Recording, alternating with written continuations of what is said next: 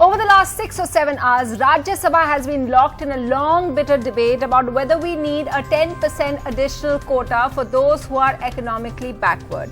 The affirmative action, which requires a change in the constitution, needs 2/3 majority because it strikes at changing what our country stands for, because it will change the way our colleges and workplaces look right now. Now, if you just heard all the politicians today, like you would have heard them yesterday, you would think there were huge problems with the bill. And they did have huge problems with it. But guess what? Just like in Lok Sabha, the bill looks like it's going to go through. The Congress, whose leaders spent very long periods of time just demolishing various aspects of the bill, have decided that they're going to vote for it. Because in their own words, as Kapil Sibal said, they have to be seen voting for it lest they upset what is being seen as a crucial forward caste vote bill. The upper caste votes, which may be small in number but are influential, and in this dog-eat-dog competition of 2019, no party can be seen to alienate them. So while they pointed out various problems, for example, let's just point out some of the problems they had with it. What is the data that backs this bill? Will only about 20 lakh odd people benefit in the country? If the criteria is those who earn less than 8 lakhs, why then the income tax limit shouldn't be increased? Isn't there a huge discrepancy with being considered disadvantaged but also paying income tax? Where are the jobs that are being promised by this bill in the government sector? And there are so many other things as well. But the government has already moved and they're already using this for the 2019 campaign. Take a look at what the Prime Minister said today.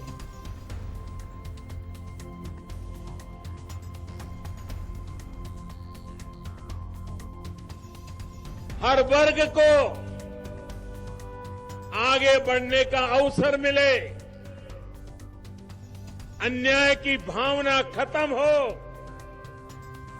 गरीब भले ही वो किसी भी क्षेत्र का हो, उसे विकास का पूरा लाभ मिले, अवसरों में प्राथमिकता मिले। इस संकल्प के साथ भारतीय जनता पार्टी आपके उज्जवल भविष्य के लिए समर्पित है।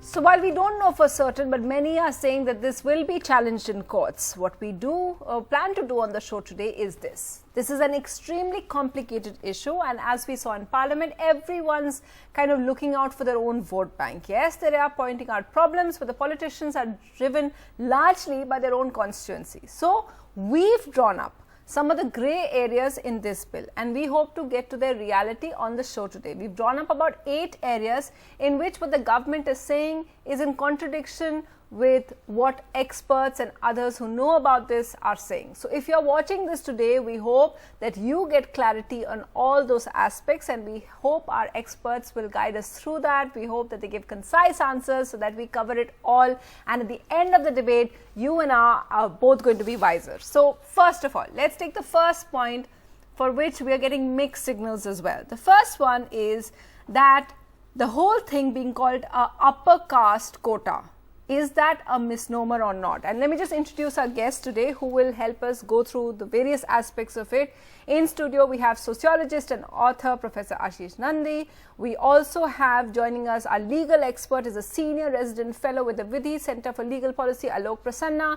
And to give us the government perspective, we have Vineet Goenka joining us. So for the first talking point that I said over here, that is this bill being called an upper caste quota, is it a misnomer or not? And remember why we say that. It's because in Parliament, Minister Arun Jaitley has pointed out there is not an upper caste one or it's not a sovereign bill, because it's also going to take care of and provide for jobs for Muslims, for Christians, for other people as well. So Ashish Nandi, please reality check that for us. Is it an upper caste bill or not? It is not. Okay. My feeling is this, that it is basically a bill to bring it under the quota system anybody who has been left out of earlier quota systems.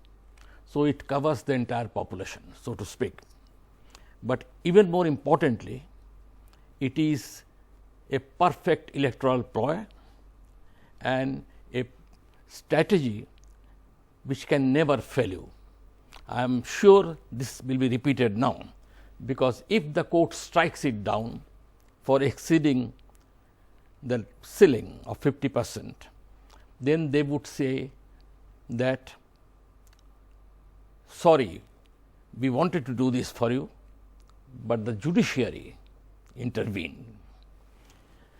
It is a perfect electoral ploy in the sense that whatever you do, it can never go against you. But Professor Nandi, here is where the confusion is, that even why is it then that other MPs are standing up and saying that you should be doing, Ram Gopal Yadav stood up and said you should be helping Muslims more.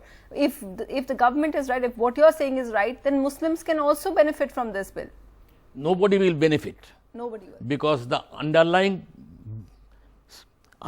presumption is this, that the voters bill, instead of looking for jobs, will look for quota. The voters want jobs, the ruling regime offers them quota. Okay. But absolutely perfect. So 4.5 years, if you have not done anything for creating new jobs, if you have failed miserably in intervening in society in a fashion where unemployment at least shrinks a little bit, then you naturally depend on these electoral ploys. Okay, so we have the clarification now. It's not an upper caste bill. Vineet Goenka, what I want to ask you is are people being led to believe or led to assume that it's an upper caste bill? Because even by ministers, if you heard what Union Minister Ram Vilas Paswan said, he in fact referred to it as an upper caste bill because he pointed to the UPA and said, look, all of you, you're all upper caste. I am not sure, this is what he said. He said, I'm not sure what Dr. Manmohan Singh is, but in the Congress, they're all upper caste and yet they refuse to bring this kind of a bill in. So they are letting people assume it's an upper caste bill,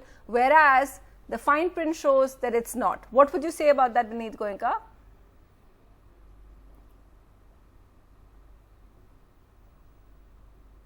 Let me first start that I am representing DK as a secretary, not representing the government. So you introduce me as the government. Let me now tell you what I understand about the bill, or a common man understands about it. This bill is religion. This bill is caste neutral. This bill is gender neutral. This bill is capability neutral. This bill is geography neutral. You come from any geography, you come from any society. If you are below X amount of 8 lakh people, you are economically good. So I think this is a classical case of bill. And let me remind all the esteemed panelists here, the people who are watching here, poverty does not have any kind of. You are a male, female, upper caste, lower caste, X religion, Y religion, Hindu, Muslim, poverty, and deprivation. These haves of the world do not want the have not to come to their equal level. So they are opposing this. This should have been done in 1950. I condemn those prime ministers who could not even think about the have not. Have not does not have religion. Have not does not have caste. Have nots are have nots. Then you all want have nots to become have not perpetuity in this. So my request to all these people who can speak very nice Oxford English is that please do not create any kind of issue. This is the reality that haves don't want have not to come to their area. Okay, so Vineet Goenka, we're going to fix your audio. There seems to be a little bit of a problem. I'm going to, for the second point, we'll come back to you and fix your audio so that it's better. We can hear you much better and clearer. We could just about make out what you were saying. So let me start with the second talking point. And here is one which is getting everyone. It's what the biggest criticism against this bill is. And that is there a 50% cap or not? That is something that the government is saying no, that it isn't. And let me just point out what the minister has said. Arun Jaitley in Parliament has said this was no provision for quota for economically weaker section in Article 15 and 16. 50% cap by the Supreme Court is only for Article 15 for again stating caste based. So he is pointing out that judgment by Supreme Court which says that for caste based there is a 50% cap, but he says, and the government claims that there is no such cap, but that is being disputed even by judges like Justice Ahmadi who gave that landmark judgment. And so for this, to reality check this, I want to bring in Alok Prasanna. Alok Prasanna, is it true that there is no cap in this particular one because it's not caste based, it's economic criteria based? Let me clarify two things first. First is that the 50% cap is purely a judicial innovation, right? It's not, there's no basis for it under the constitution. Second, there are two kinds of reservation, horizontal and vertical. A vertical reservation usually relates to categories such as caste, such as religion and tribal status and so on. Horizontal reservation relates to subcategories within this, but applying across categories. So a reservation for women is a horizontal reservation because it applies across all categories. This is definitely not a horizontal reservation because it effectively imposes a creamy layer test on scheduled caste which can't be imposed. So it is in addition to the existing 50%, and therefore there is it's actually taking the reservation limit up to 60%. Let me also point out here, there is little basis to say, I mean, just because the Supreme Court has held in the context of reservations on the basis of caste that there is a 50% limit, they are not just saying that only because let's not forget that scheduled tribes also get reservation. So anybody who's socially, educationally backward gets the benefit of it. And if there is no basis to say that it's only this kind of reservation which gets a 50% limit and everything else you can add on top of it. I don't think so. I don't. That the reading of this thing is quite disingenuous, if you ask me. What this bill does is effectively to say that beyond the 50% limit, you can add 10% up to. You can go up to 10%. So Okay. I don't think there is any Okay, basis so in you that. disagree with your reality checking that, like a lot of other legal experts, and saying no, 50% cap stands and the government interpretation is wrong. A very quick question back to you, and this is our second question, the other talking point that I want to reality check. They are saying state assemblies don't need to pass it because of this thing. Will you, Alok Prasara, can you throw light on that? So state assemblies don't need to pass it. This is something which is within the purview of Parliament. There's no need to seek the approval of, there's no need to pass a positive resolution to, those relate only to federalism issues. This is not something which state assemblies need to pass. Okay, so great. We have clarification on that as well, that the government is right on this part, that state assemblies don't need to pass it. It just has to be passed by Parliament. However, on the other point, on whether 50% cap stands or not, the legal expert says yes, it does. Yes, go ahead, Alok Prasanna. Yes, go ahead. Specific laws. State assemblies and even Parliament needs to make a specific law saying what is the definition of income, family income, what other criteria will be taken into account, and up to what percentage of reservation is given. They will have to pass a law to implement it later on, but the amendment itself doesn't need to be approved by state assemblies. So you're saying this, this is something that has been pointed out. Great, we have a reality check on that as well.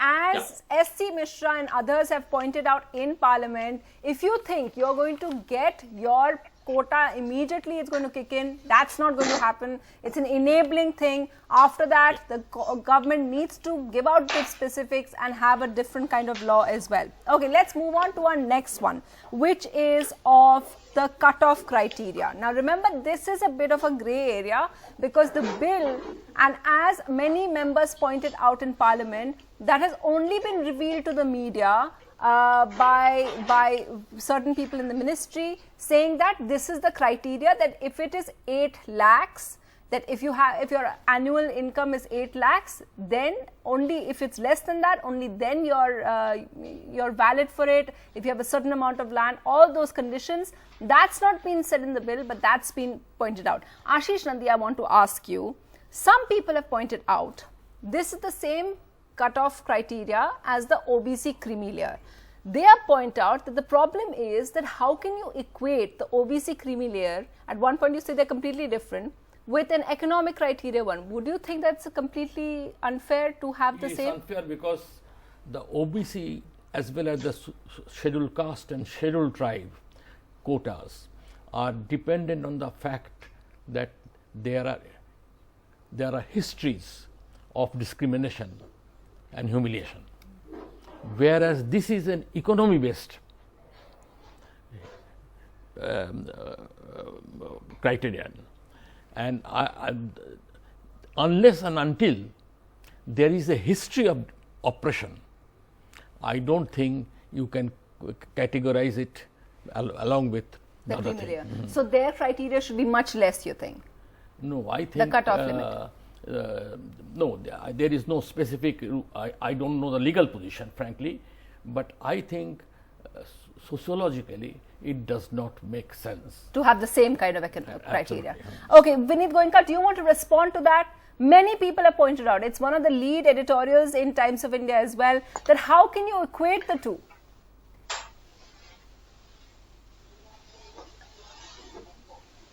Okay, so all the three questions were not heard from my side, so let me repeat. There is a deprival, and this particular bill is a gender neutral, caste neutral, religion neutral bill. This is for have-nots, and let us all pray this passes through so that all the have-nots get an opportunity to become haves. A. B. Somebody here said, Parliament cannot pass something which the Supreme Court has not observed. Let me remind that Parliament is supreme in democracy. Parliament has a right to go do amendments. Once the amendments are done, yes, if somebody is an aggrieved party, they can go to Supreme Court, and then Supreme Court can give their views. So there can be some kind of observations from Supreme Court. I'm not a legal expert, so I don't want to contemplate on that. But Parliament is supreme, and they can amend Constitution. And if it has been amended properly, I think that becomes a law of the land. A.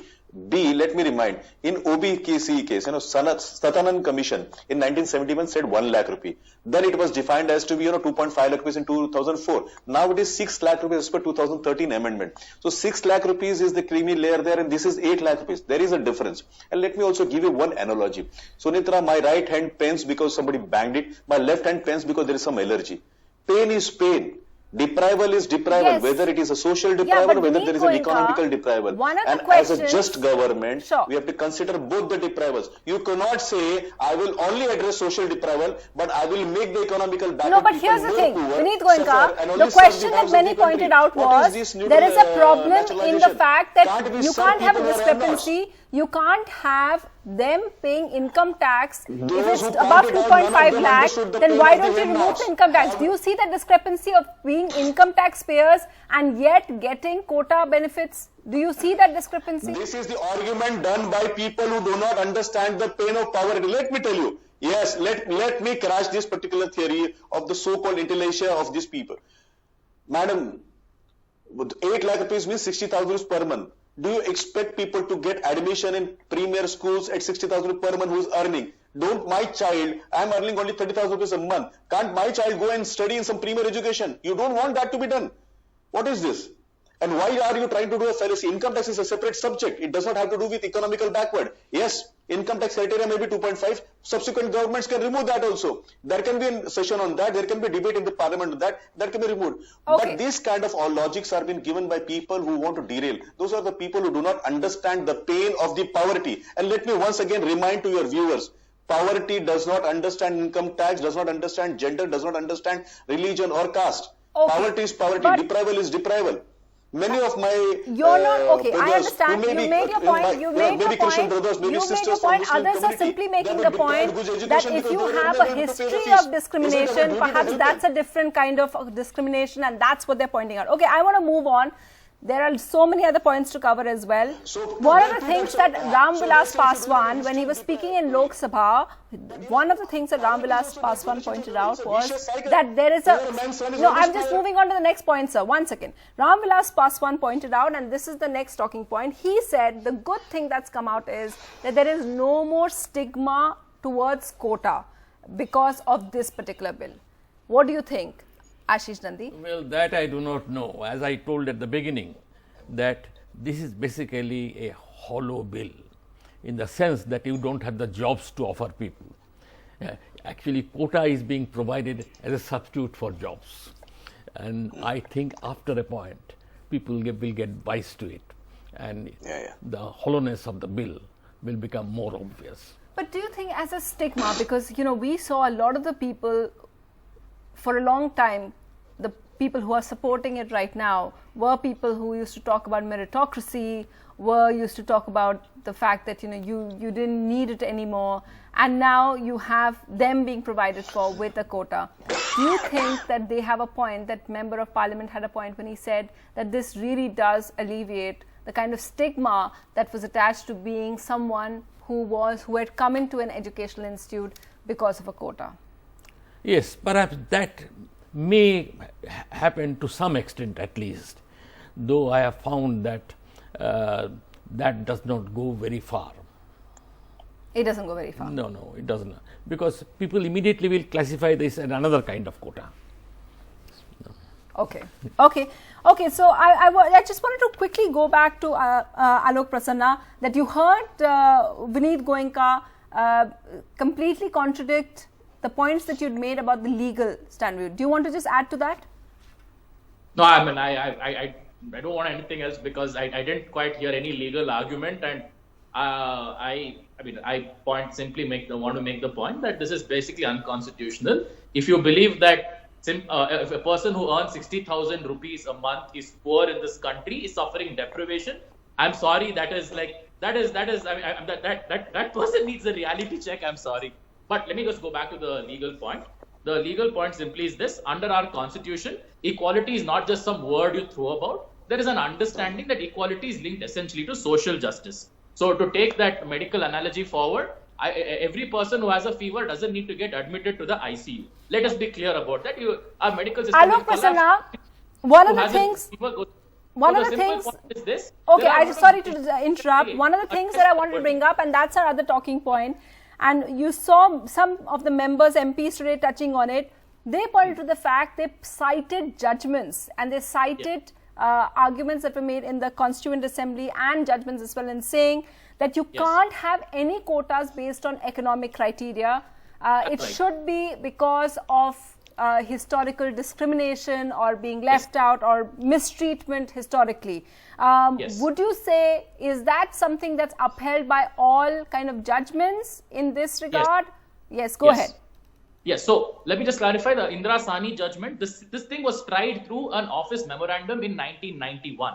That was what was challenged before the Supreme Court, and the Supreme Court struck down that office memorandum. It was more or less identical. It said 10% will be given for economically weaker sections. The Supreme Court said that under the Constitution, you cannot do so. In fact, in the first parliamentary, in the first parliament, when the first amendment was being debated, which put in reservations, there was a move to include the word economic reservations. And it was rejected on the logic that what happens with economic reservations is that the poor from a deprived community, a poor Dalit, will have to compete with a poor Brahmin. That will definitely not end well. That will only mean that upper caste will benefit. And some people are talking about, maybe Muslims and Christians will get the benefit. I'm afraid not. That is not what is going to happen.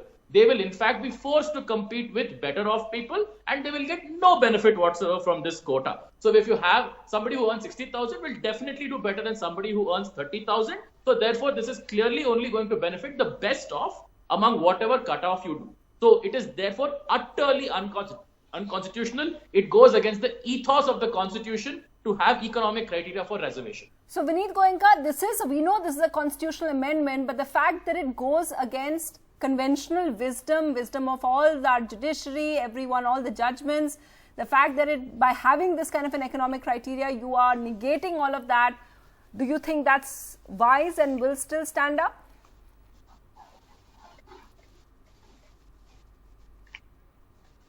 Sunetra, I'm going to make personal statement. It has nothing to do with Ashish ji or the esteemed panel on your debate right now. So that's a caveat.